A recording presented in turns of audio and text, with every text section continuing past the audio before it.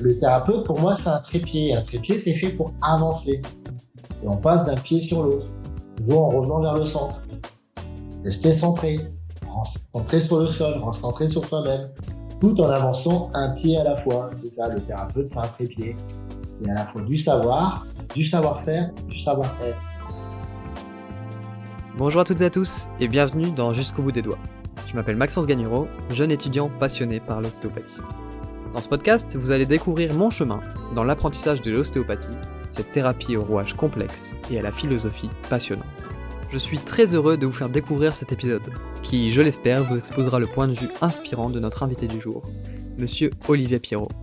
Olivier Pirot est, comme il aime à le dire, un ostéopathe structuraliste. Thérapeute qui aime rentrer dans la structure, il pratique une ostéopathie dite de caractère. Il nous expliquera sa vision, allant bien au-delà de son étiquette classique d'ostéopathe structurel. Je tiens à remercier notre intervenant du jour pour son franc-parler, lui qui nous appelle à la différence, à la curiosité, à la passion et à l'envie. J'espère que son discours vous parlera autant qu'il m'a parlé à moi. N'hésitez pas à venir échanger avec moi sur le podcast, s'il vous a plu ou s'il a soulevé d'autres réflexions, pour aller toujours plus loin. Je vous mets mes réseaux en description. Ce projet est le début d'une aventure pour moi, et même si c'est pas parfait, j'ai hâte de progresser avec vous. Je vous souhaite une très bonne écoute. Bonjour Olivier Pirot. Bonjour. Enchanté, je suis ravi d'être ici avec vous aujourd'hui. De vous avoir ici à ce micro, c'est une réelle chance. Vous êtes professeur à l'école à l'INSO, où je suis étudiant. Je choisis de vous contacter parce que forcément, vous êtes un petit peu renommé là-bas, une approche assez structurelle. Vous nous apprenez le structurel, par exemple, en deuxième année, Oui, c'est cervical, etc. Donc forcément, également en quatrième année. Également en quatrième année, exactement. Donc, est-ce que vous pouvez vous présenter rapidement qui est Olivier Pirot? Alors, Olivier Pirot, voilà, au départ, il est kinésithérapeute, diplômé en 1996 de l'école de Lille. Il a ensuite fait son service militaire et très rapidement, donc, j'ai travaillé dans un cabinet pas très loin de Maubeuge, sur Fény, où j'ai fait en parallèle une petite formation en massage chinois. Puis dans les années 2000, en 2000 exactement, j'ai rencontré Jean-François Terramorci, donc lors d'une formation GEPRO. Et Jean-François Terramorci a complètement révolutionné ma façon de pratiquer. Par son approche, son fondamental, sa technique, son aura, sa pédagogie, son charisme, enfin voilà, tout ce qui peut représenter et ce qui a pu représenter Jean-François Terramorci m'a bouleversé et j'ai du coup enchaîné sur l'école d'ostéopathie de Genève où j'ai été diplômé en 2006 et je suis ensuite rentré par opportunité très rapidement donc à l'école d'ostéopathie de Lille à l'INSO où j'enseigne depuis maintenant 2007. Donc, on va approcher bientôt la vingtaine. Ouais, bien sûr. On approche bientôt ça remonte, ouais. Ça remonte. Okay. J'ai commencé en 2007, au départ assistant, Laurent Dubricourt d'ailleurs, sur les cours d'anatomie, et puis je suis très rapidement passé professeur, donc en technique structurelle, cervicale, un peu les dorsales aussi, technique assise. J'ai aussi parfois donné quelques cours en neurovégétatif, des cliniques régulièrement. Voilà, je participe à, on va dire, à l'enseignement lillois. À la vie de l'école. À la vie de l'école depuis 2007. Ouais, très bien. Donc, pour récapituler, vous êtes d'abord kiné. Oui. Puis après, vous avez rencontré du coup l'ostéopathie avec Monsieur Terramorci. Voilà, c'est ça. Ouais. En quoi est-ce que le fait d'être kiné de base, ça a un petit peu modulé votre découverte de l'ostéopathie? Qu'est-ce que vous connaissiez déjà de l'ostéopathie en étant kiné et en quoi ça a influé sur votre ostéopathie après? La kinésithérapie est déjà une thérapie manuelle. Surtout à l'époque où moi je l'ai appris. C'est vrai qu'elle a un petit peu évolué, elle a un peu changé. On parle beaucoup aujourd'hui sur le mouvement dans la kiné, mais moi j'ai dans mon enseignement donc les 90, ça remonte quand même. L'enseignement était quand même très manuel, donc ça a pu aussi ça influencer sur l'envie d'aller un peu plus loin. Effectivement, dès mes premières séances en kinésithérapie, j'ai très vite trouvé les limites dans le résultat. Ouais. J'ai travaillé à l'époque avec un ostéopathe, Monsieur Pomerols, qui est d'ailleurs aussi enseignant. D'accord, ouais, ok. Ouais, donc c'était avec Monsieur Pomerols que j'ai commencé à apprendre l'ostéopathie. D'accord, ouais. Et j'étais au départ son assistant. Il faisait à l'époque kiné et ostéopathe, comme beaucoup ont fait à une époque. Et donc c'est lui qui m'a mis un peu le pied à l'étrier sur l'ostéopathie, qui m'a commencé à me montrer quelques techniques, et c'est Monsieur Pomerols qui m'a conseillé d'ailleurs d'aller faire la formation de Jean-François Termancy. D'accord. C'est lui qui m'a conseillé. Ouais. Et effectivement, pourquoi j'ai pris cette décision? Tout simplement après un échec cuisant sur mes soins, erreur médicale entre guillemets. Je dis entre guillemets. Je me souviens d'un patient qui avait une douleur d'épaule chronique depuis des mois, et je vais la faire rapide, mais grosso modo, ça s'est terminé par un cancer du poumon. D'accord. Patient que j'ai traité pendant plusieurs mois, je suis complètement passé à côté. Tout le monde est passé à côté, le médecin aussi, et je m'en suis un peu voulu parce que ce patient n'avait pas du tout le profil de ce qu'on peut caractériser un peu alcoolo-tabagique, typique du cancer du poumon, pas du tout. Et effectivement, il avait cette douleur d'épaule chronique où moi je n'avais aucun résultat. Et ça m'a un peu refroidi, ça m'a choqué. On peut employer le mot. Et je sais que j'ai appris ça au mois de juillet. En septembre, je m'inscrivais donc à la formation G-Pro, donc avec Jean-François Termancy. Et après, bien sûr, j'ai bifurqué sur l'ostéopathie jusqu'en 2006, où j'ai été diplômé en 2006. Donc diplômé de Bretagne Ostéopathie en 2006. Alors à l'époque, ça s'appelait pas Bretagne Ostéopathie. À l'époque, ça s'appelait l'EOG, l'école ostéopathie de Genève. Ok. Donc elle était installée dans la banlieue de Genève, entre Genève et Lausanne. Et c'est une école qui était avant le collège éthiopathique européen. Ok. Je ne vais pas refaire toute l'historique de l'école. Ouais. C'est même pas à moi de le faire puisque je suis pas actionnaire. Mais effectivement, c'était à l'époque l'école d'ostéopathie de Genève. Ensuite, le système suisse a changé. En fait, en Suisse aujourd'hui, il n'y a plus que du temps plein. Donc le temps partiel n'existe plus. D'accord. Ok. Du coup, effectivement, l'école d'ostéopathie de Genève a été un peu transférée à Rennes et elle est devenue Bretagne Ostéopathie. Et bien sûr, Jean-François Termancy, jusqu'à son décès, a co-dirigé effectivement cette école à Rennes, aujourd'hui Bretagne Ostéopathie. Ouais. Donc une approche assez structurelle finalement de l'école. Alors oui, bien sûr, effectivement. L'enseignement que j'ai eu était très structurel. Attention, il était très dans la structure, ce qui est différent du structurel. C'est quoi le structurel? C'est quoi la structure du coup? Effectivement, quand on parle de structurel en ostéopathie, on a très vite tendance à caricaturer la manipulation qui fait crack. C'est pas du tout ce que j'ai appris moi pendant mes études. J'ai pas appris la manipulation qui fait crack. J'ai appris la structure. La structure et ce qui entoure la structure et ce qui effectivement va générer la fonction. Et effectivement, cette école était basée sur la structure avant tout et essentiellement sur le tissu conjonctif. Alors oui, on a eu bien sûr beaucoup de cours en technique structurelle, techniques d'ailleurs très réflexes, techniques qui n'étaient pas du tout verrouillées, sans quasiment aucun verrouillage, aucune force. On pourrait un peu appeler ça haute vélocité, basse amplitude, même si c'est pas tout à fait cette notion-là. Mais en tout cas, une technique structurelle basée sur le confort du patient, basée sur l'énergie, la vitesse, l'explosivité, le côté réflexogène de la technique, en ne voulant pas remettre les choses en place, mais en voulant effectivement faire que les choses bougent elles-mêmes de place, comme disait Jean-François Termancy à l'époque. L'idée, c'était de faire bouger les structures, de secouer les structures et de absolument pas remettre quelque chose en place. Mais au-delà de ça, pendant l'enseignement, j'ai eu bien sûr beaucoup de cours en crânien, en viscéral, en sémiologie, en gynécologie, en neurologie, en anatomie, à tout ce qu'on apprend bien sûr dans les autres écoles d'ostéopathie, avec cette notion structure bien sûr et cette notion conjonctive surtout, qui était un peu plus marquée que les autres peut-être, et surtout une grosse imprégnation sur le système neurovégétatif. Gros enseignement sur le système neurovégétatif, parce que la base était bien sûr que l'ostéopathe devait être adapté et adaptable. C'était tout un travail autour des principes de l'ostéopathie, homéostasie, que le corps devait s'adapter lui-même. Voilà, c'est ça. On n'était absolument pas des guérisseurs. On ne guérissait rien. On était peut-être des catalyseurs. On redonnait des points d'appui au patient, on le boostait, on le catalysait. C'était le but de notre enseignement. bien sûr sur le principe de l'homéostasie du système neurovégétatif pour que le patient retrouve lui-même son autonomie plutôt qu'une pseudo-liberté qu'on lui imposerait. Ouais, bien sûr. J'ai toujours tendance à dire, je propose et je n'impose pas. Ouais, bien sûr. C'est ce qu'on retrouve sur votre site de formation. Proposer et non pas imposer. On en reparlera juste après.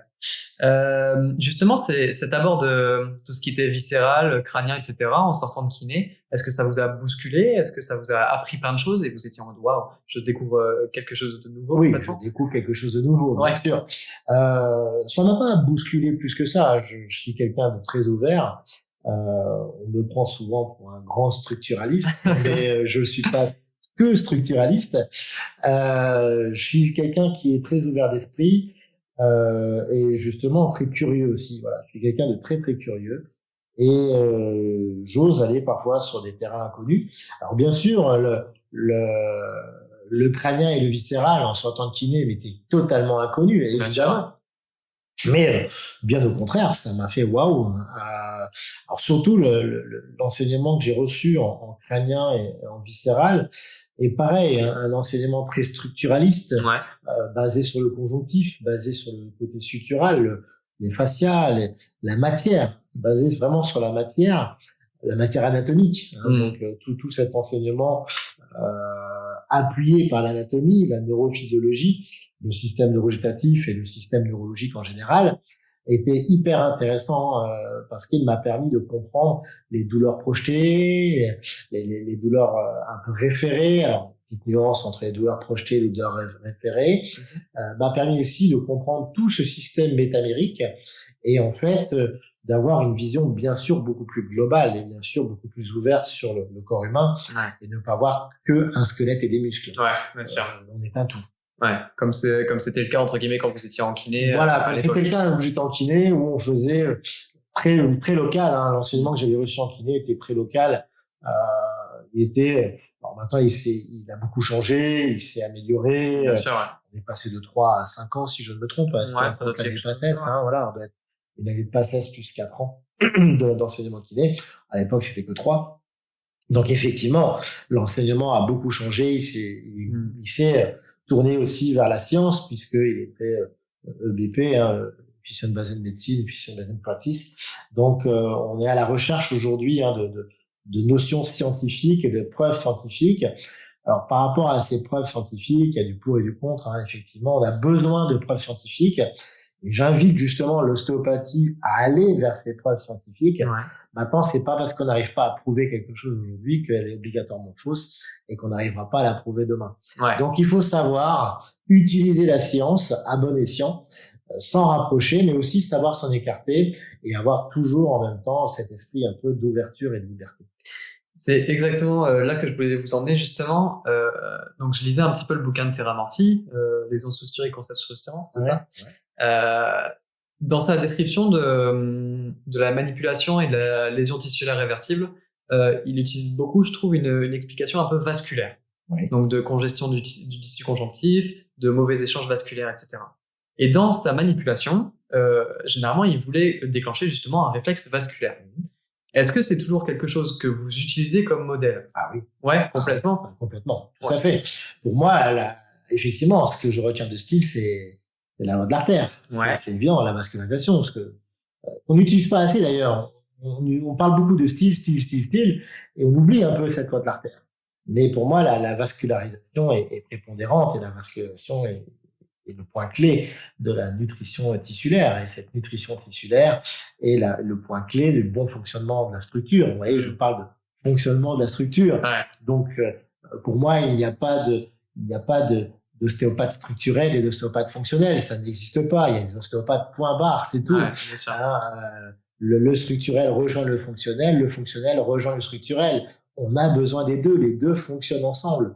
La fonction est liée à la structure et la structure va engendrer la fonction et s'auto-entretenir. Et on a besoin de cette vascule et pour générer cette vascularisation, j'ai appris avec Jean-François Terramancy, effectivement, le réflexe orthosympathique. Action-réaction. Effectivement, réflexe c'est pas Terramancy qui l'a inventé, ce réflexe. Il est là depuis la nuit des temps. Il existe bien avant style. Ce côté réflexogène dans toutes les civilisations, on en parle, effectivement, fait que dès qu'on bouscule un tissu, parlons du tissu conjonctif, dès qu'on le bouscule, dès qu'on le stimule, dès qu'on l'impacte, dès qu'on l'agresse, il va réagir par une hypervascularisation. J'invite également à voir les vidéos de Jean-Claude Gaberto. Ouais. Il n'y a pas que Terramorci, il y a Jean-Claude Gaberto ouais, aussi qui apporte beaucoup. Bien sûr. J'espère faire venir à Lille d'ailleurs, sur l'action de la main sur le tissu conjonctif, cette hypervascularisation, cette hydratation, cette modification fibrillaire.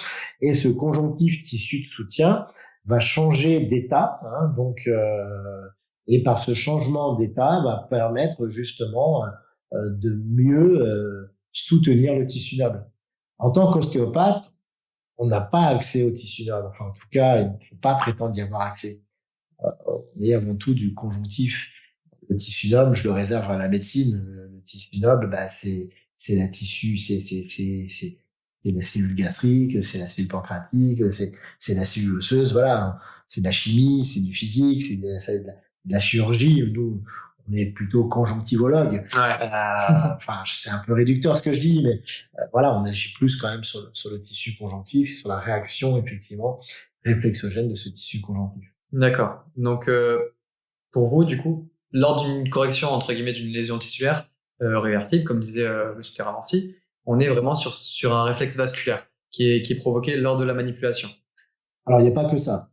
Il y a le côté, bien sûr, réflexe vasculaire, mais il y a plein d'autres choses qui se passent.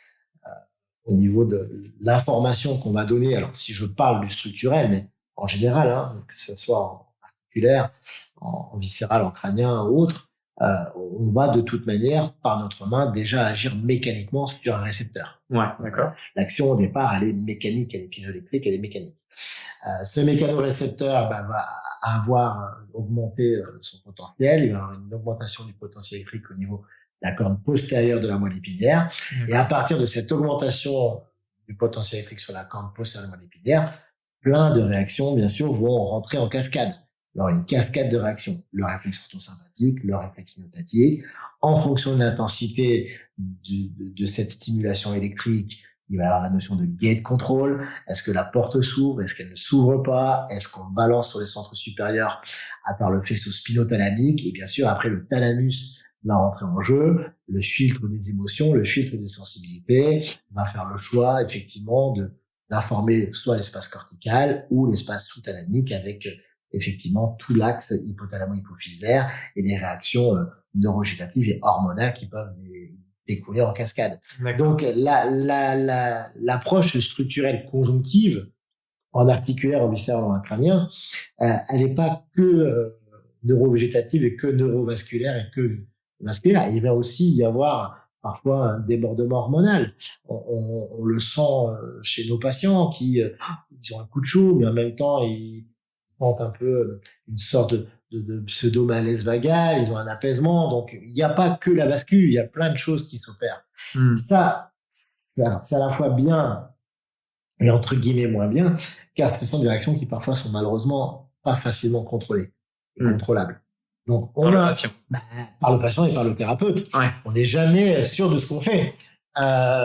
J'ai souvent l'occasion de dire en cours que on fait un métier risqué et un métier à risque. C'est vrai, on prend des risques dans notre profession parce que effectivement les réactions, les mauvaises réactions sont très très rares, mais parfois on a des réactions un peu insoupçonnées, incontrôlées.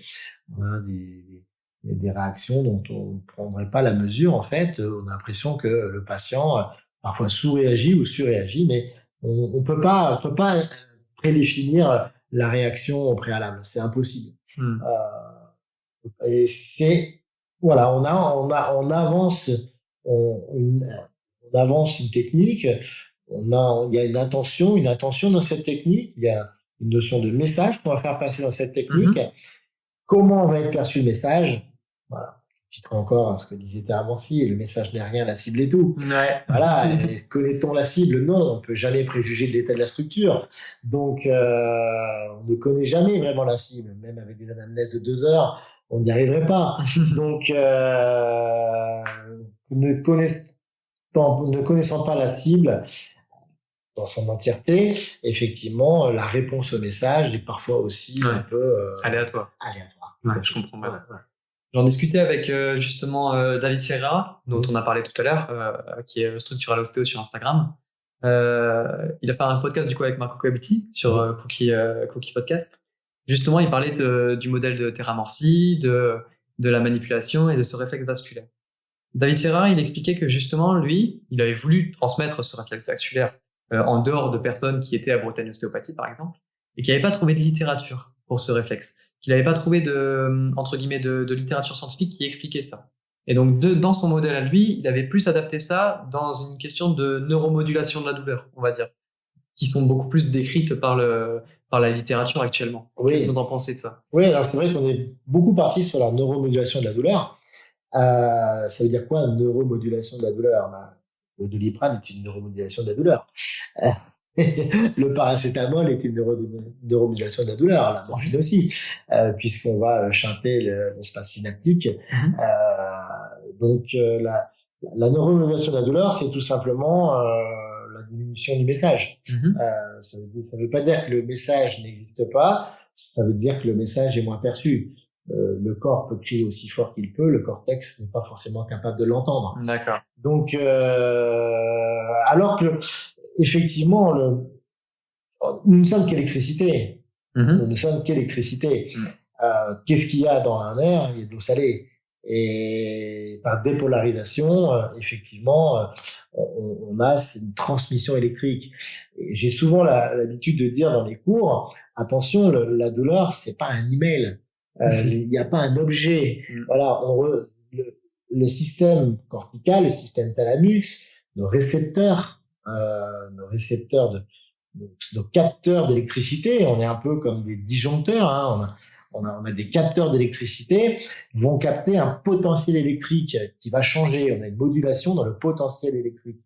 Et cette modulation dans le potentiel électrique, après, va être interprétée. Alors, effectivement, la douleur est parfois une erreur d'interprétation. Enfin, une erreur. Ouais. En tout cas, une mauvaise interprétation. Une interprétation, on peut peut-être même pas la qualifier de bonne ou mauvaise. C'est une interprétation point barre. Chaque patient a sa propre interprétation. Alors, on a beaucoup d'études là-dessus. Effectivement, on s'est beaucoup intéressé à la douleur parce que le patient, il décrit. Il vient parce qu'il a mal. Il vient pas parce qu'il se dit manque de vascularisation. Voilà, c'est ça. Donc, il vient parce qu'il a mal. Donc, on a beaucoup cherché sur la douleur, on a peu cherché sur la vascularisation. D'accord. Mais il y a peu de littérature sur le côté vasculaire. Alors, Jean-Claude Gamberto l'a quand même bien défini. Là, pour le coup, voilà. On peut revoir ses vidéos, il en parle en long, en large et en travers. Donc, le côté vasculaire, on a quand même effectivement des littératures, on a quand même des articles montrant ce réflexe orthosympathique. Il existe quelques littératures un peu vieillissantes, c'est vrai, mais le Bingen-Deleuze massage, effectivement, le massage réflexe était aussi effectivement le côté, montrer aussi le côté vasculaire, avec ce trait rouge qui apparaissait après le massage, cette rougeur qui apparaissait après le massage. La rougeur, c'est de la vascule, on peut pas le nier. Donc, il y a effectivement une neuromodulation de l'afférence électrique, et cette neuromodulation de l'afférence électrique va être à la fois interprétée comme une douleur, parfois une douleur agréable ou désagréable, en tout cas une sensibilité agréable ou désagréable, et va être aussi accompagnée de réflexes à la fois sur le plan vasculaire, mais aussi sur le plan métatique. Il n'y a pas que la vascule, il y a aussi le muscle lui-même. Et on peut parler des trigger points, et on peut aller comme ça très loin. Ouais, donc, je vois bien. Et ça mêle un petit peu les 3 variables dont vous parlez beaucoup en cours. Mécaneurovascule, voilà. On fait le lien entre tout ça, entre la mécanique, entre guillemets, sur une sensibilisation de douleur sur la zone qui empêche de bouger, et puis l'espace musculaire qui est autour, du coup la neuro avec toutes ses afférences, et la douleur qui peut arriver, et la vascularisation autour sur Alors, le côté mécano-neurovasculaire représente une des variables, il n'y en a pas qu'une, ça va représenter une variable que moi j'appellerais plutôt métamérique, c'est-à-dire une variable un peu neurophysiologique, liée encore une fois à ce tissu conjonctif, qui est, aujourd'hui on sait, un peu le prolongement de ce système neurovégétatif, tissu conjonctif qui a ces trois notions, mécanique, neurologique et vasculaire. Le tissu conjonctif est mécanique puisqu'il a des fibres de collagène, d'élastine, de réticuline. Sa mécanique peut varier puisqu'elle baigne dans un fluide, la substance fondamentale. Cette substance fondamentale va varier en densité, puisque effectivement l'acide hyaluronique va capter ou décapter l'H2O. Il va y avoir des ponts protéiniques qui vont chimiquement s'opérer. Et ce tissu conjonctif est bien sûr vascularisé et innervé. C'est d'ailleurs le seul tissu qui a ces trois composantes. Donc ce côté variabilité du tissu conjonctif lui donne ses composantes mécaniques, neurologiques et vasculaires. Ça fait partie pour moi d'une variable. Des variables qui varient justement au sein de l'être humain, c'est ça? Nous ne sommes qu'une variable. Ouais, nous ne sommes qu'une variable. Voilà, l'être humain n'est pour moi qu'une variable. L'être humain est une composante, il est une variable qu'on appelle la variable d'état. Lui-même, il est une variable. Et si on décompose en cette variable, effectivement, moi, j'en retire trois. Donc, une variable dite, entre guillemets, métamérique, qui est basée sur mécano-neurovasculaire, neurophysiologique, etc. Ça, c'est une partie de ces variables. Deuxième partie de ces variables, ça serait plutôt une variable émotionnelle.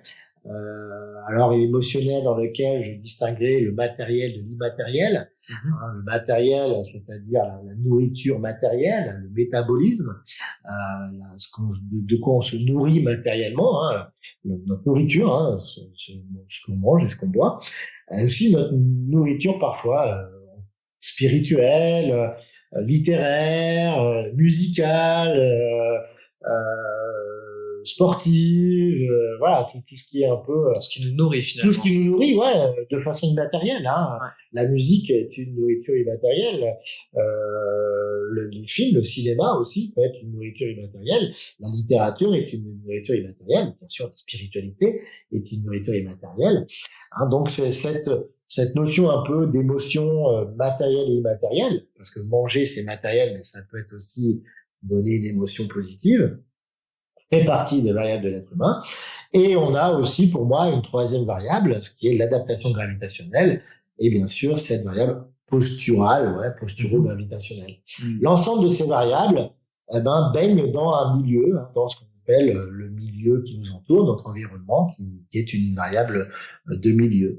Pour moi, la bonne santé n'existe pas. Personne peut se prétendre en bonne santé. C'est pas possible. Juste adapté à un milieu. On est adapté à un milieu, ou pas. Donc, nous ne sommes qu'une composante de variables, variable d'état sur variable de milieu, égale santé, point barre, santé, sortie, symptôme. Voilà. Santé, sortie, symptôme, 3S, ça va ensemble. Et une composante. Et cette composante s'adapte ou pas à son environnement. En tant que l'environnement change pas trop, effectivement, l'adaptabilité est beaucoup plus facile. Dès que l'environnement change énormément, c'est là où il va falloir un peu chercher dans ces variables pour pouvoir mieux s'adapter. Nous ne sommes qu'une perpétuelle adaptation. Et donc, le travail de l'ostéopathe, finalement, c'est de travailler ces variables. Donc, les variables mécano-vasculaires, ça peut être les variables émotionnelles, alimentaires et posturales. Et posturales, exactement. Bien sûr, avec l'affinité de ce qu'on a, avec la connaissance de ce qu'on a, et puis avec son propre vécu. Le propre vécu de l'ostéopathe fait aussi que lui-même est en capacité de mieux s'adapter. Chaque expérience nous nourrit, chaque expérience nous force à s'adapter un peu plus, et automatiquement, c'est sûr que c'est un peu comme le vin, on bonifie en vieillissant. J'espère, en tout cas. J'espère. On aspire tous à le faire. On aspire tous à ça, bonifier en vieillissant. Très bien, très bien. Pour revenir un petit peu sur... on l'a dit un peu en introduction, vous avez un peu cette casquette de personne assez structurelle, même si on sait que c'est en train d'évoluer, on en a discuté ce midi, on en rediscutera. Quelques questions vraiment centrées sur la structure, enfin sur le structurel, on va dire. Quand est-ce qu'on sait qu'on manipule? Ou qu'on manipule pas. Ou qu'on manipule pas. Quand est-ce qu'on sait si on est sur de l'aigu, du chronique? Comment est-ce qu'on adapte notre geste manipulatif? L'ortho parasympathique dans la manipulation. On s'organise comment? Vaste question. Vaste question. Vaste question. Alors, l'expérience. Ok. Voilà, l'expérience, ça, c'est sûr que entre avoir fait 50 patients et en avoir fait 10 000, il y a une grande différence. On apprend de ses échecs. Bien sûr. Voilà. Et j'ai pas peur d'en parler. Voilà. Des échecs, j'en ai eu. J'ai eu, bien sûr, des très bons résultats, sinon je serais plus là. Cabinet qui tourne quand même maintenant depuis presque 20 ans, 2003, donc plus de 20 ans, qui tourne très bien, hein, toute la semaine. Donc, effectivement, il y a des bons résultats, mais il y a eu des échecs. Les échecs, parfois, oui, manipulation qui n'était pas adaptée, ou alors à l'inverse, pas assez de manipulation. Donc, effectivement, de patient en patient, on apprend de ces échecs, on apprend aussi de ses résultats, et on est, encore une fois, en perpétuelle adaptation. Après, il y a quand même des règles, effectivement. La première règle, ne pas nuire. Ça, c'est la première. Ne pas nuire, c'est respecter son patient. C'est la deuxième. Automatiquement, un patient qui ne veut pas de structurel, et ça se fait très vite, il n'y a même pas besoin de lui poser la question, il le dit, ok, il n'y aura pas de manipulation. Ça, c'est clair. Ensuite, effectivement, bon, j'ai la chance d'avoir ici, sur Maubeuge, une réputation d'ostéopathe qui fait du structurel. Ma patientèle est quand même très structurelle. Donc, dans le choix de mes techniques structurelles, j'arrive facilement à les proposer. Maintenant, il va de soi que, en fonction de la symptomatique, la symptomatologie, s'il y a un risque, s'il y a une suspicion, s'il y a un red flag qui pointe son nez, il n'y aura pas de structurel. On a pu voir ce matin une patiente avec suspicion de hernie discale au zéro technique structurelle. Évidemment. Il y a les règles de base qu'on adapte et qu'on respecte aussi, qui est que on ne fait pas du structurel surtout. Donc, je vais pas revenir sur les cours de structurel que je donne à l'école, hein, mais il y a c'est pas l'objectif ici, mais il y a effectivement des contre-indications structurelles qui sont bien définies, bien déterminées, et quand on est face à cette contre-indication du structurel, on le fait pas. Exactement. L'une de mes questions, c'est concrètement sous les mains, qu'est-ce qui va dire que, par exemple, admettons, on a une tension qui va être dorsale haute ou cervicale basse, admettons. Comment est-ce qu'on sait que cette zone-là, elle est à manipuler parce qu'on est sur une rétention entre guillemets structurelle, une lésion tissulaire réversible structurelle? Ou comment est-ce qu'on sait que c'est une adaptation qui va être plutôt viscérale ou plutôt posturale? Est-ce que dans les mains... Pardon? La palpation. Dans les mains, c'est quoi comment est-ce que vous pouvez nous aiguiller pour réussir à savoir quand manipuler? Alors, effectivement, on fait souvent la différence entre un test de mobilité et un test de densité.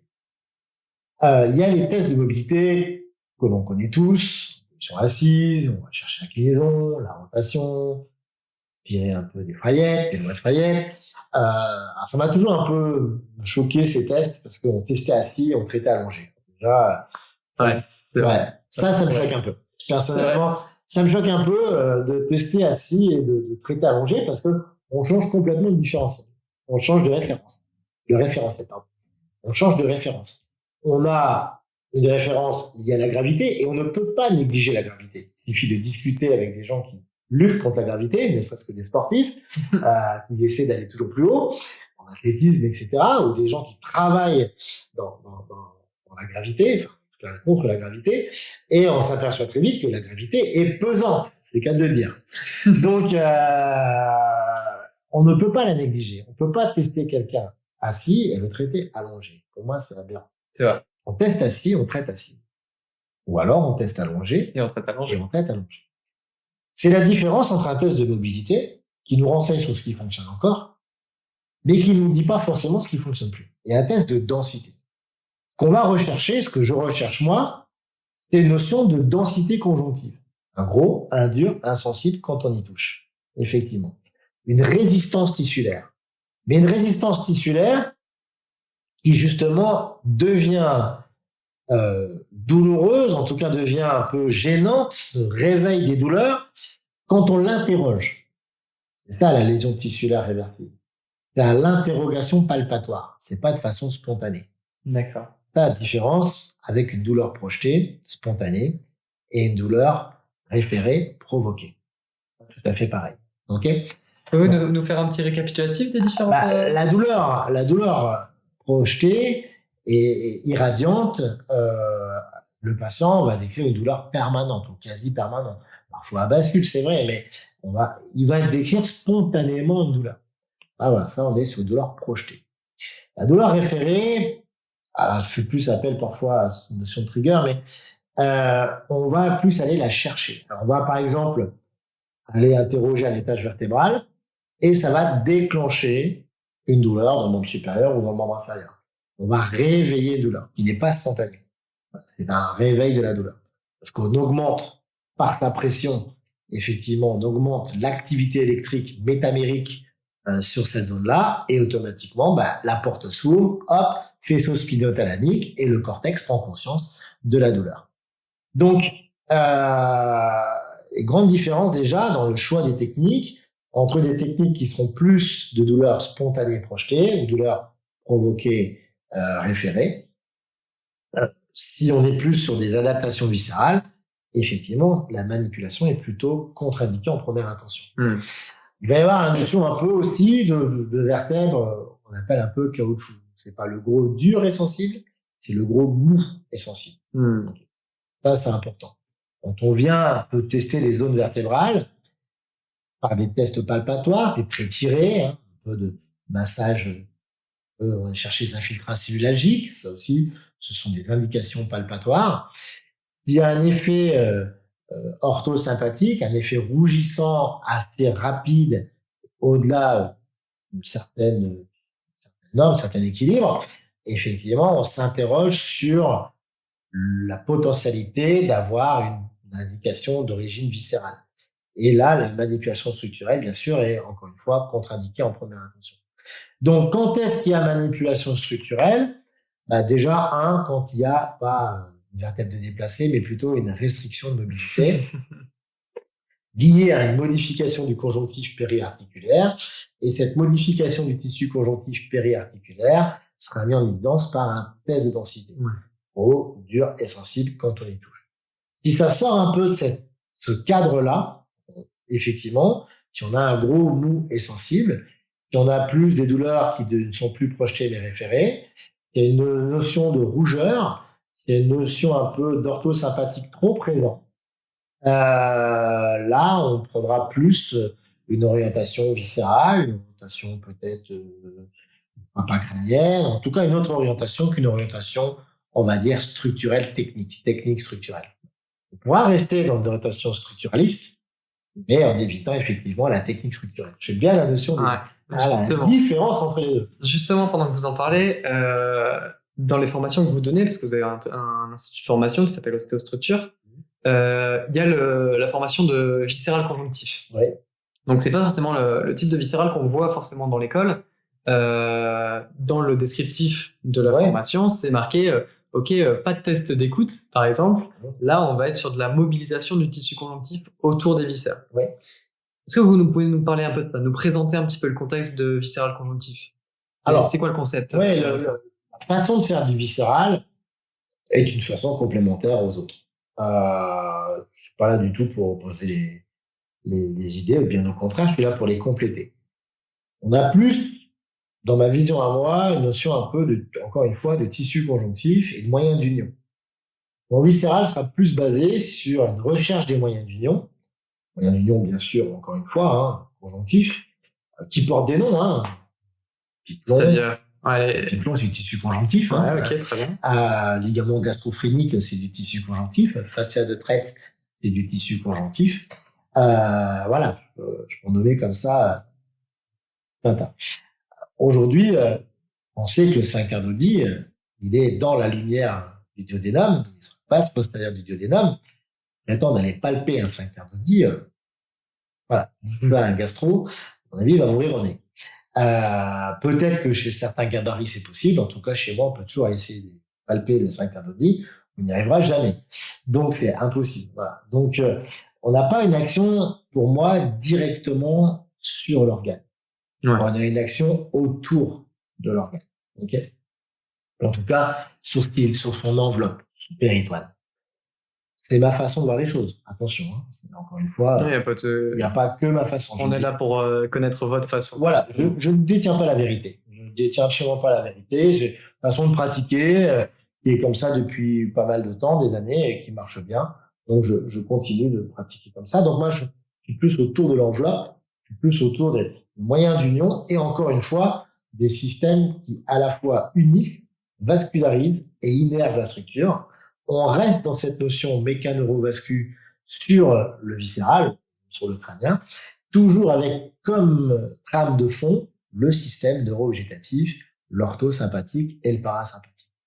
Donc, pour résumer un peu, je vais pas faire un cours de viscéral, mais on a le viscère, le viscérotome, okay, et on a le sclérotome du viscérotome, qui est deux choses totalement différentes. Ok, vous pouvez creuser un petit peu ça? Ah oui. Bah déjà, sur le plan neurologique, ouais. On n'a pas forcément la même innervation. Le viscérotome a son innervation propre, le sclérotome du viscérotome a lui-même son innervation propre. D'accord. Okay. Parfois, ça correspond, parfois, ça correspond pas. Donc l'enveloppe du viscère et les attaches du viscère n'ont pas la même innervation que le viscère. Pas toujours. Ok. Parfois oui, parfois non. Bah, si je prends un exemple simple, l'estomac, ligament gastrophrénique, phrénique, C4. Okay. L'estomac lui-même, le viscérotome, orthosympathique, D5, D6, D7, D8, alors la littérature plus ou moins 1, okay, assez large on va dire, hein, dorsal interscapulaire, okay, parasympathique, le 10, et petit épiplomb des 12 L1. Donc, le petit épiplomb n'est pas du viscérotome, le petit épiplomb c'est le sclérotome du viscérotome. D'accord. Donc, il y a comme ça des exemples sur lesquels le viscérotome a son innervation, le sclérotome du viscérotome a son innervation. Parfois, ça correspond. Le sigmoïde, ça va être à peu près pareil, puis aussi. Parfois, il y a des différences. Ce qui fait qu'il va y avoir des différences dans la notion de douleur projetée. Bien sûr. Et oui, on va avoir des douleurs qui vont être de type viscérotomique et des douleurs qui vont être de type sclérotomique. Ouais. Des petites sensibilités différentes, des petites notions. Alors, quand je parle de sensibilité, c'est pas sur la douleur, c'est sur la subtilité. Voilà, c'est plutôt le mot. Des subtilités un peu différentes. Donc, c'est là-dessus aussi que je mets un peu l'accent. Ouais. Sur les différents types d'innervation propres à l'organe. Donc, on décortique un peu l'organe et son enveloppe, sur le plan neurologique, sur le plan vasculaire, sur le plan mécanique. Et pour essayer, je dis bien essayer de comprendre les différentes typologies de douleurs qu'on peut retrouver. Puisque le signal d'alerte, ça va être la douleur. Le patient vient parce qu'il a mal. J'ai rarement un patient qui vient en motif de consultation, j'ai une constipation. Ouais. C'est rare. Ça peut arriver, bien sûr. Celui qui connaît bien l'ostéopathie, ou quand on soigne toute une famille et on a déjà soigné des constipations, etc., et que la maman amène son enfant et mon enfant est constipé, je viens vous voir parce que je sais que chez moi ça a marché, etc. Donc, est-ce que vous pouvez faire la même chose chez mon enfant? Mais en première intention, en premier abord, j'ai rarement patients qui viennent comme ça pour des douleurs entre guillemets d'origine viscérale. Il le sait pas, lui. On a vu ce matin une patiente avec des douleurs bilatérales au niveau grand trochanter, etc. Voilà, elle a mis le doigt sur effectivement problème utérus, côlon, etc. Mais c'est venu après. Elle est pas venue pour ça au départ. Ah oui. De toute façon, on ne fait pas la relation entre le viscérotome et, on va dire, la douleur somatique. C'est le travail de l'ostéopathe. C'est ça. Ouais. C'est de faire la relation. Mais c'est un dénominateur commun. C'est une enquête policière. L'ostéopathe est un policier. Ok. Voilà. Très bien. Ça me va très bien. Du coup, pour résumer, en connaissant un petit peu mieux nos rapports neuro, sclérotome, viscérotome, on pourrait savoir si c'est une question plutôt d'attache ou plutôt du viscère en lui-même. Bien sûr. Ouais. Et c'est là où on voit. Et c'est là où on peut adapter notre technicité aussi. Et on va adapter notre technicité et notre prise en charge. Ouais. Parce que qui dit viscère dit red flag. Ouais, c'est vrai. Alors, aigu, chronique. On en parlait tout à l'heure, j'ai pas terminé la question, mais ça aussi, effectivement, c'est une grande question. Le viscérotome va parler beaucoup plus en aigu, le sclérotome un peu plus dans le chronique. Bon, encore une fois, c'est des règles, hein, mais des exceptions, hein. L'infarctus, ça part très vite dans l'aigu. Douleur péricardique, on arrive vite à une douleur myocardique. le péricarde est l'enveloppe du cœur, le myocarde est le cœur lui-même. Donc, mais les deux sont automatiquement liés. Ouais, bien sûr. Donc, la douleur va commencer à être péricardique et ensuite elle va être myocardique. Donc, et d'une douleur Donc ça va de pair, quoi. projetée, une douleur référée, on va arriver à une douleur projetée. Donc, ça va de pair, effectivement. Tout est dans une certaine chronologie dans l'installation de la lésion, on peut employer le mot. Vous utilisez aussi des techniques un petit peu en déroulé tissulaire, on écoute sur les... Qu'est-ce que pragmatiquement, du coup, sous vos mains, va faire la différence entre, ok, sur cette viscère-là, sur ce tissu-là, je vais faire un déroulé tissulaire, je vais plutôt privilégier tel type de technique, ou là, ok, je vais y aller en viscéral conjonctif, rentrer dans la structure et venir étirer les... Alors, la tolérance du patient. Ouais, principalement. Ouais, la tolérance du patient, un peu, encore une fois, un peu sa tolérance à la séance. Effectivement, certains patients sont plus tolérants que d'autres. Effectivement, le travail conjonctif est parfois un peu désagréable, on va dire douloureux, mais désagréable. On va dire c'est une ostéopathie un peu plus de caractère, hein, voilà. Mais il faut s'adapter à son patient. Donc, quand on est plus dans l'aigu, quand on est plus dans la souffrance, quand il y a un petit côté émotionnel qui vient aussi se greffer à ça, là, effectivement, j'adopte des techniques plus alors, j'aime pas trop le mot déroulé tissulaire, mais en tout cas, plus en tissulaire. En écoute, on va dire. Oui, j'agis quand même, je ne vais pas qu'écouter, mais la technique est plus... entre guillemets douce, même s'il y a une présence qui est toujours là. Donc, c'est difficile de rentrer les techniques dans des cases. Alors, plus je vieillis, moi, je les rentre dans des cases. C'est sûr que quand on est jeune, étudiant, on nous apprend dans les cases. On vous apprend dans les cases. Effectivement, on vous apprend dans les cases. Vous verrez que, effectivement, dans 20 ans, ça sera autre chose. Mais on sort complètement des cases et on forme une unité, on forme juste un thérapeute, point. On suit presque son instinct, son feeling. Parfois, ça fait bizarre de parler comme ça, mais c'est un peu la vérité. Si on pourrait rentrer le tissulaire dans une case, c'est effectivement des techniques aponevrotiques, des techniques périostées, des techniques, on va dire, des cloisons faciales. Voilà, j'ai quand même envie de rester anatomique. Donc, ou des techniques, que ce soit en diaphragmatique, ou des techniques sur les fascias viscéraux, le fascia de Toll, le fascia de Treitz. Je crois qu'on a un peu trop utilisé le terme déroulé tissulaire. Vraiment, peu de gens comprennent ce que ça veut dire vraiment. Déroule quoi? C'est vrai. Bah oui. C'est vrai, je suis d'accord avec vous. Bah oui. Ça veut dire quoi? Vocabulairement parlant. Déroulé tissulaire. Moi, parfois, j'ai un peu de mal avec ce mot-là parce que j'ai l'impression qu'on l'utilise à toutes les sauces. Je fais du déroulé tissulaire, je fais du déroulé tissulaire, je fais du déroulé tissulaire. Et d'accord, mais tu fais quoi concrètement? Il y a toujours quelque chose en dessous. Il y a une structure, il y a de la natte. En dessous des mains, il y a obligatoirement de la natte. Donc, sur quelle structure te poses-tu? Sur quelle structure agis-tu? Voilà, c'est la grande question qu'il faut se poser.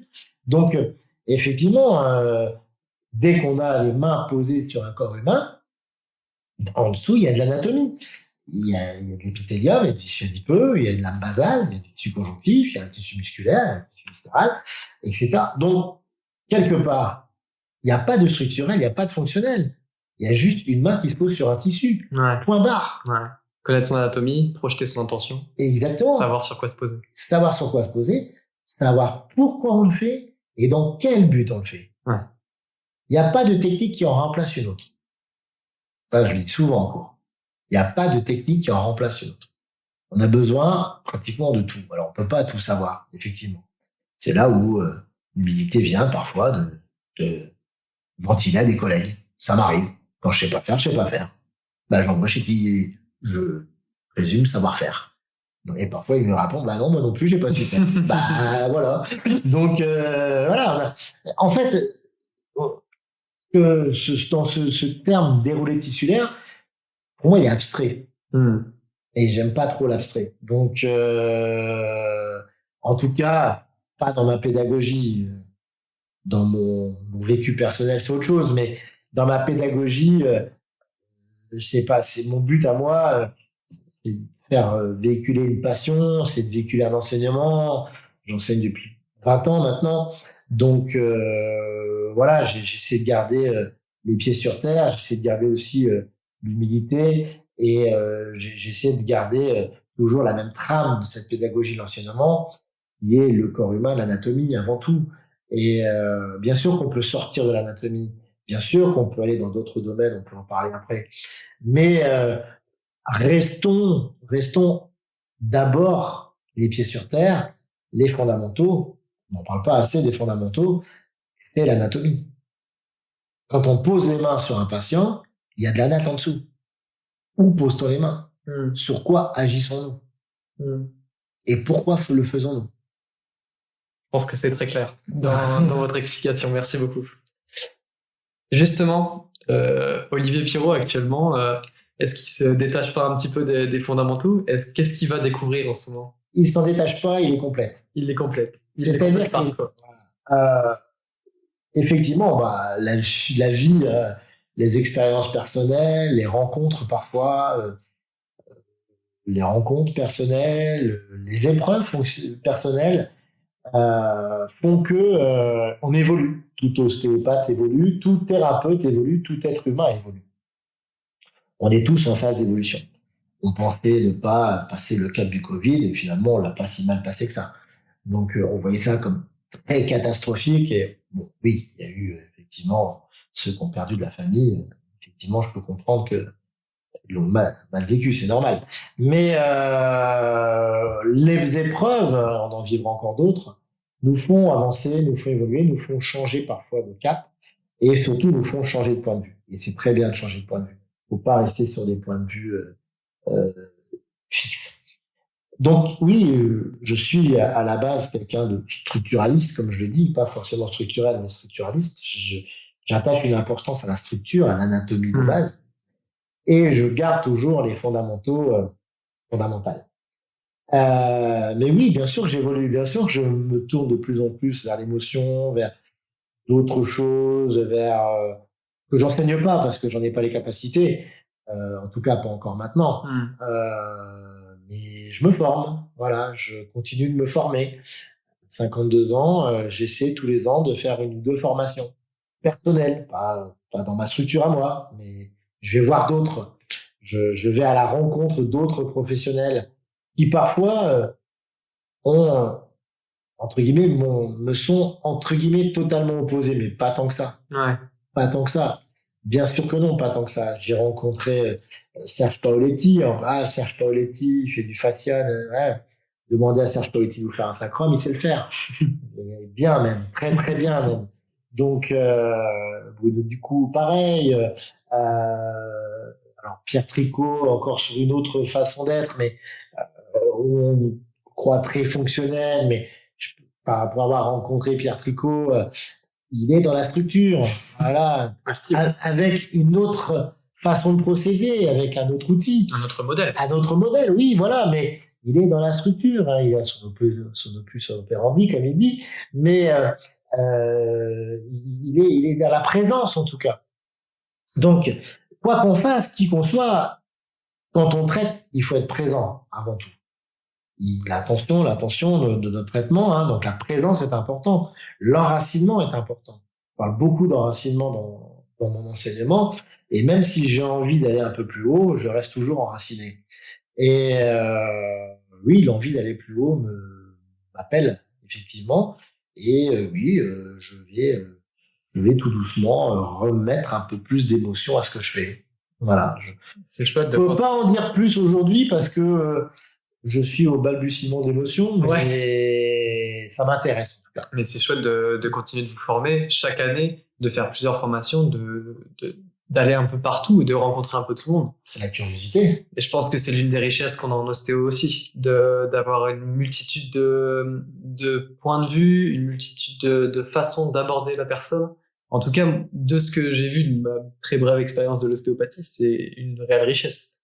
Ouais, alors c'est un peu en perdition malheureusement. Ça, c'est malheureux de parler comme ça, mais je suis pas le seul à le dire. Hein. Je rencontre beaucoup de collègues un peu de ma génération, et on s'aperçoit. Alors si je peux essayer de booster un peu, et je le fais en cours, j'ai cette réputation à l'école de booster et de toujours tirer les étudiants vers le haut, même pendant les examens. Pour moi, un examen c'est avant tout un cours, Ouais, bien sûr. et j'ai voilà une réputation d'essayer un peu d'être une locomotive par rapport aux étudiants, pour monter le moral, aller toujours plus haut, croire en soi, et surtout être très curieux. Manque un peu de curiosité aujourd'hui l'ostéopathie. Ça manque un peu de curiosité, ça manque un peu d'audace, et ça manque un peu de fun, de punch. Voilà. C'est ce que je peux un peu remarquer. C'est pas une critique, c'est une remarque. Ça manque un peu de punch. Manquer un peu de punch. Il faut aller dans le punch. Il faut découvrir, il faut avancer. Il faut avancer, il faut découvrir, il faut faire découvrir. Il faut parfois se planter, reculer, réavancer, changer de point de vue, changer d'opinion.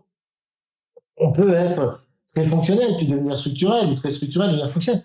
Je l'ai dit tout à l'heure, il n'y a pas de structurel, il n'y a pas de fonctionnel. Il y a juste un thérapeute, point barre.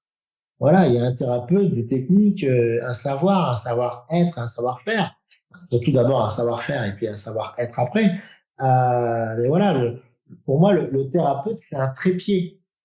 Un trépied, par définition, c'est stable et instable. C'est vrai. Ben oui. C'est-à-dire qu'un trépied, c'est une stabilité sur n'importe quel plan, plus qu'un quadripied, puisqu'un quadripied, si le plan d'en dessous n'est pas véritablement plan, ben, la table, elle va en calme, hein. Alors que le trépied va avoir une potentialité d'adaptabilité meilleure, mais il est beaucoup plus vite bousculé qu'un quadripied.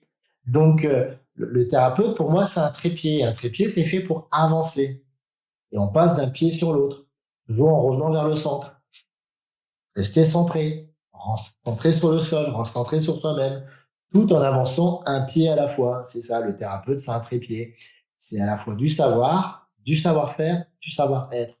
Aujourd'hui, j'en suis là peut-être à un savoir-être qui va échanger un peu les expériences de la vie aussi. Hein. Bien sûr. Voilà, on a tous des expériences différentes, des hauts, des bas, donc des choix à faire parfois qui sont difficiles. Mais il n'y a pas plus de choix difficile que de faire le choix. Donc, c'est important de savoir évoluer. Choisir, c'est renoncer. Oui. Il faut savoir. Mais il faut éviter de renoncer. Faut parfois contourner. On avance comme un trépied. On avance comme un trépied. On va retenir cette métaphore, j'aime bien. On se fait un petit cas clinique ? Allez. Admettons, patient qui vient vous voir, la trentaine, jeune cadre dynamique, on va dire, un petit peu sportive, qui vient vous voir pour des remontées acides. Mmh. Ok ? Il a associé à ça, entre guillemets, un petit peu des costalgies, costalgie moyenne, postérieure à gauche. Il a essayé des IPP, du Gaviscon, etc. Ça calme ses reflux. Mais lorsqu'il arrête son traitement, ces costalgies reviennent et ces remontées acides reviennent. Qu'est-ce que vous pourriez faire en ostéopathie, que ce soit? Je méfie toujours des jeunes cadres dynamiques. Le tableau est déjà bien posé. Jeune cadre dynamique, ça veut dire déjà, ça veut dire beaucoup de choses. Cadre dynamique, donc cadre, ça veut dire supérieur. J'analyse, hein, tout ce que, bien sûr, ouais. tout ce que tu me dis, hein, voilà, j'analyse.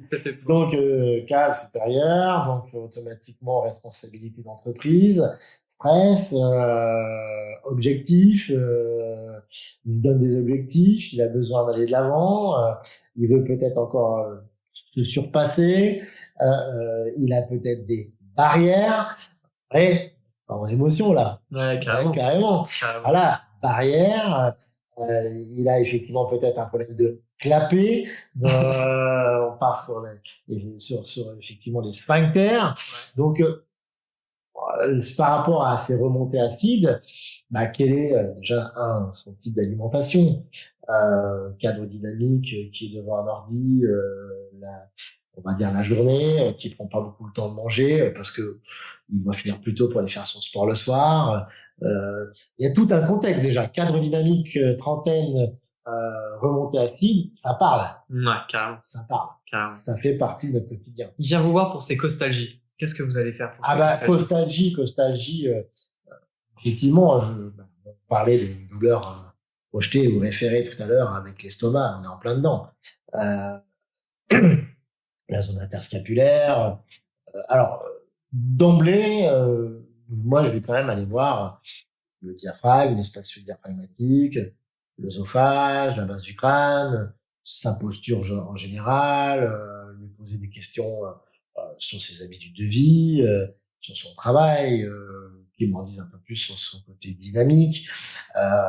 Est-ce qu'il est dans le sport ou pas, s'il est dans le sport, voire dans l'ultra-sport, essayer de comprendre le pourquoi. Bah oui, effectivement, celui qui court et court que après quelque chose. Donc, et c'est bien d'être dans le sport, mais l'ultra-sport se cache souvent quelque chose. Donc, ou l'hyposport aussi, d'ailleurs. Donc, voilà, je vais essayer d'en savoir un peu plus sur sa vie, effectivement, si c'est une première approche, et d'aller analyser un peu. Pour moi, c'est plutôt ces reflux, ces gastrites entre guillemets, est-ce que c'en est une vraiment, je sais pas, mais en tout cas, ce problème de douleur un peu gastrique et de reflux qui va pour moi être la clé du traitement, les costalgies n'étant que c'est pas une adaptation, c'est une douleur projetée, peut-être une douleur métamérique, alors soit peut-être plutôt si c'est haut, peut-être lié à l'épaule avec le nerf phrénique, etc., ou si c'est un peu plus interscapulaire, lié directement au viscérotome. Donc, ma première approche serait viscérotomique ou sclérotome du viscérotome. Ma deuxième approche est une approche plus neurovégétative et régulation des paramètres neurovégétatifs. Et la troisième approche serait plutôt des conseils un peu d'hygiène de vie, s'il y a besoin. Et comprendre et essayer de faire en sorte qu'il n'y ait pas de récidive, parce que la problématique, c'est pas de traiter un patient, c'est surtout qu'il revienne plus. Exactement. Voilà, si on peut le traiter toutes les semaines, hein, ça n'a pas de but. Donc, c'est surtout qu'il revienne pas. Donc, finalement, comprendre le patient dans sa globalité, on revient sur les ostéopathiques. On revient sur les fondamentaux, évidemment. Bien sûr. Comprendre le patient dans ses fondamentaux. Et ne pas non plus, ne pas s'évader, ne pas se perdre. Parfois dans l'anamnèse, elle est assez claire pour moi. Il a changé de lunettes la semaine dernière par rapport à ses costalgies. Encore une fois, là, je m'aperçois parfois que après il y a une différence entre la clinique, l'école et quelles que soient les écoles, hein. Et la pratique, la vraie vie de cabinet, c'est tout à fait différent. Mais l'anamnèse, elle doit être relativement concise, précise et concrète, et doit être direct au but. Donc effectivement, là pour moi, c'est l'estomac. Alors la base du crâne, sûrement une régulation parasympathique peut-être, une notion peut-être émotionnelle et stress, mais on reste dans cet axe-là. Très bien. Je pense que c'est assez clair pour ce cas clinique. On a parlé pas mal d'ostéostructure, de votre structure de formation. Je jetais un coup d'œil hier quant à justement les formateurs qui agissaient là-bas. Il y a différentes formations, que ça va du structurel que vous donnez, je pense, à de la nutrition, à du travail chez les seniors, à du viscéral conjonctif, comme on parlait tout à l'heure, à de l'émotionnel, même énergétique, mais c'est chinois, j'ai vu quelque chose comme ça. C'est quoi déjà, pourquoi avoir créé Ostéostructure? À quoi est-ce que ça répondait comme besoin? Et puis, c'est quoi le dénominateur commun entre tous ces formateurs? Parce que finalement, c'était plein d'approches qui sont différentes. C'est quoi le dénominateur commun? Alors, la première réponse, je réponds déjà à pourquoi Ostéostructure. Ostéostructure, c'est une idée qui a mûri tout doucement depuis que j'enseigne. J'enseigne à l'école depuis 2007 et j'ai enseigné aussi pendant 15 ans, j'ai arrêté maintenant, mais j'ai enseigné pendant 15 ans dans une autre structure qui s'appelle Kinesport. D'accord. Donc qui est assez connu, très gros organisme de formation sur la kinésithérapie du sport, où tout s'est très très bien passé, aucun problème. Et puis petit à petit, en discutant avec dirigeant de chez Kinesport, m'a dit, mais pourquoi tu crées pas ta propre structure? T'en as l'étoffe, t'en as les armes, voilà, tu pourrais, tout en continuant de travailler pour Kinesport ou pour l'école, avoir ta propre structure à toi. Et voilà, voler un peu de tes propres ailes, être autonome, voilà, être autonome. Un peu comme un bébé, quoi, un peu, voilà, comme ma truc à moi, ma structure à moi. En tant que structuraliste, c'est normal d'avoir sa structure. Donc, avec à l'aide, je sais pas, je n'étais pas tout seul, hein.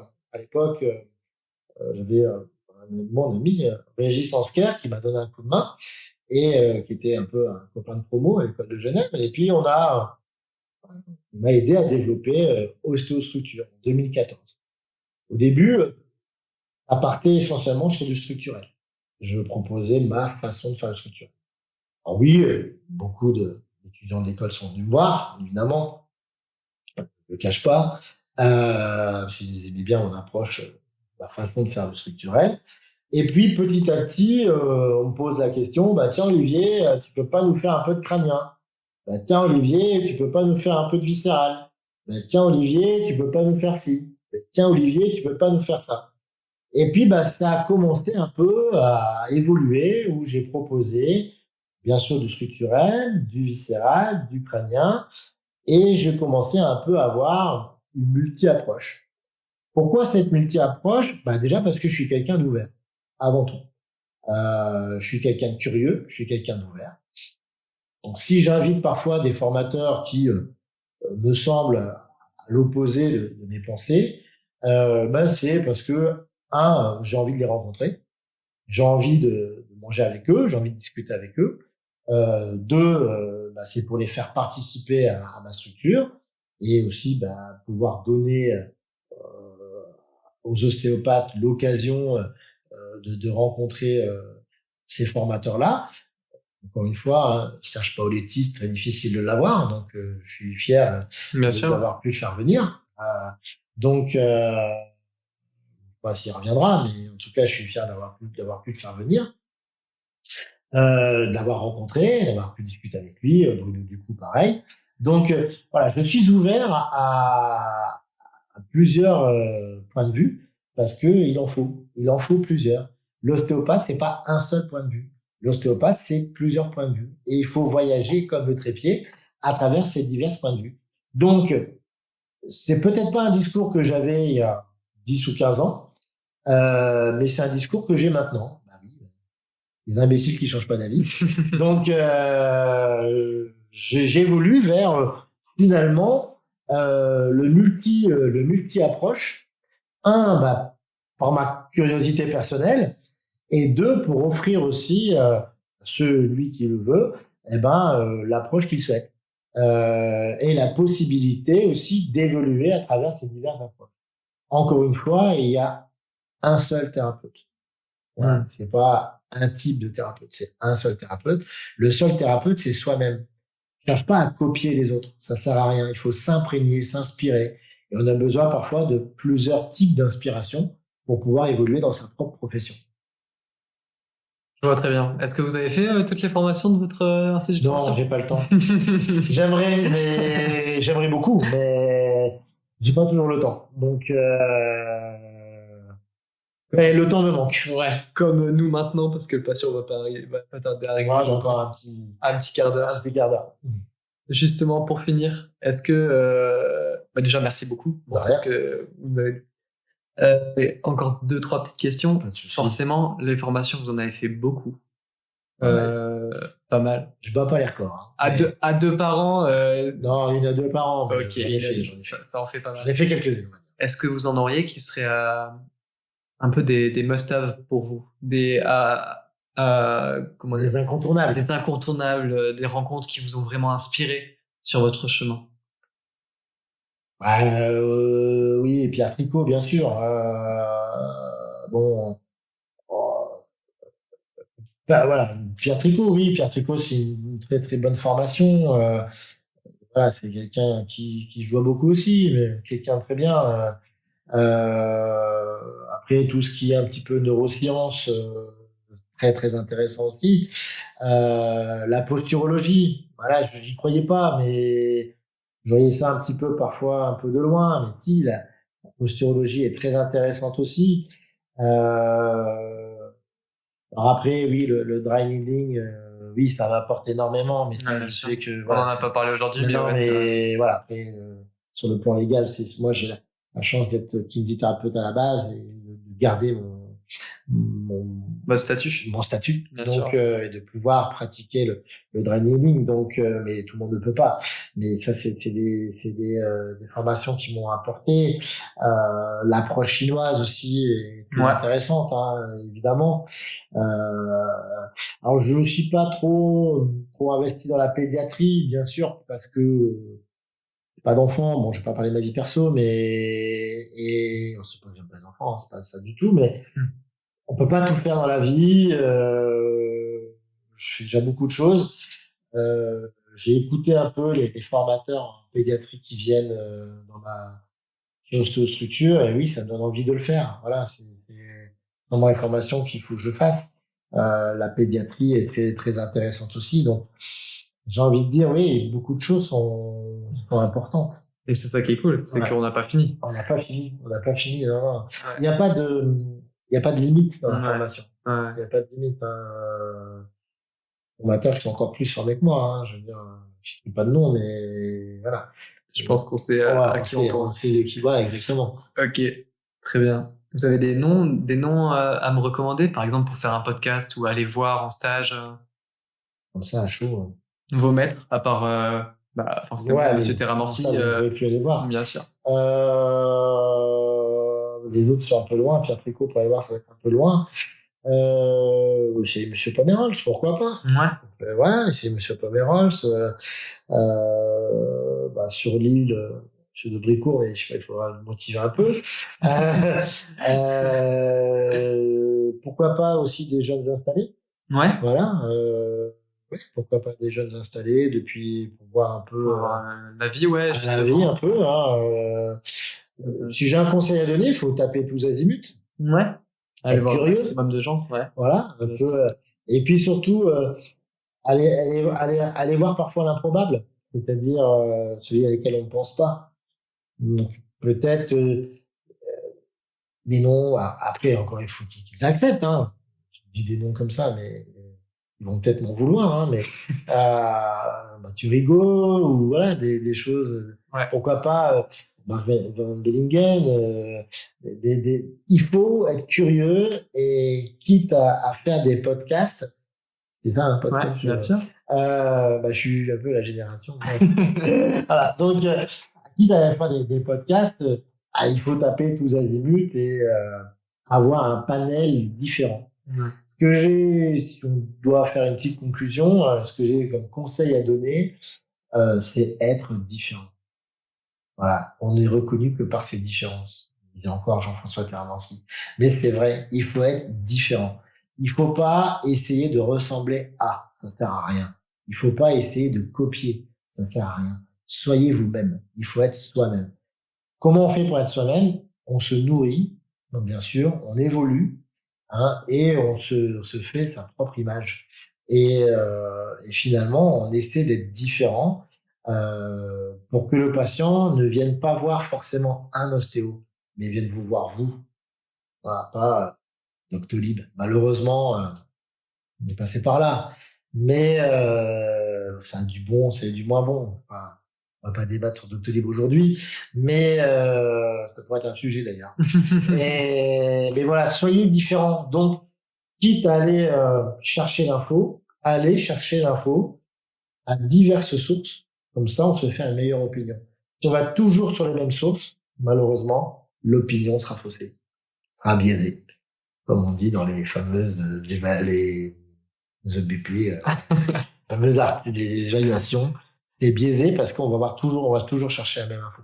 Il faut aller chercher l'info partout et ensuite faire sa propre idée. Je trouve que c'est une très belle conclusion pour l'épisode d'aujourd'hui. Merci beaucoup, Monsieur Pirot, Merci à toi de m'avoir autorisé à venir ici, d'avoir fait cet épisode. Pas de souci. Et puis possiblement à la prochaine pour un prochain épisode. Pas de problème. Pourquoi pas. Quand tu veux, il n'y a pas de souci. Ça marche. Merci beaucoup. De rien. Merci beaucoup d'avoir écouté cet échange jusqu'au bout. J'espère qu'il vous a plu. Comme dit dans l'intro, la qualité du son de l'enregistrement n'était pas à la hauteur de ce que je voulais par rapport au matériel que j'utilise actuellement. C'est pourquoi j'ai investi dans du matériel beaucoup plus adapté pour le prochain podcast. Le prochain épisode devrait être nickel, en tout cas je l'espère. Si ce podcast vous plaît, n'hésitez pas à venir échanger avec moi sur le sujet.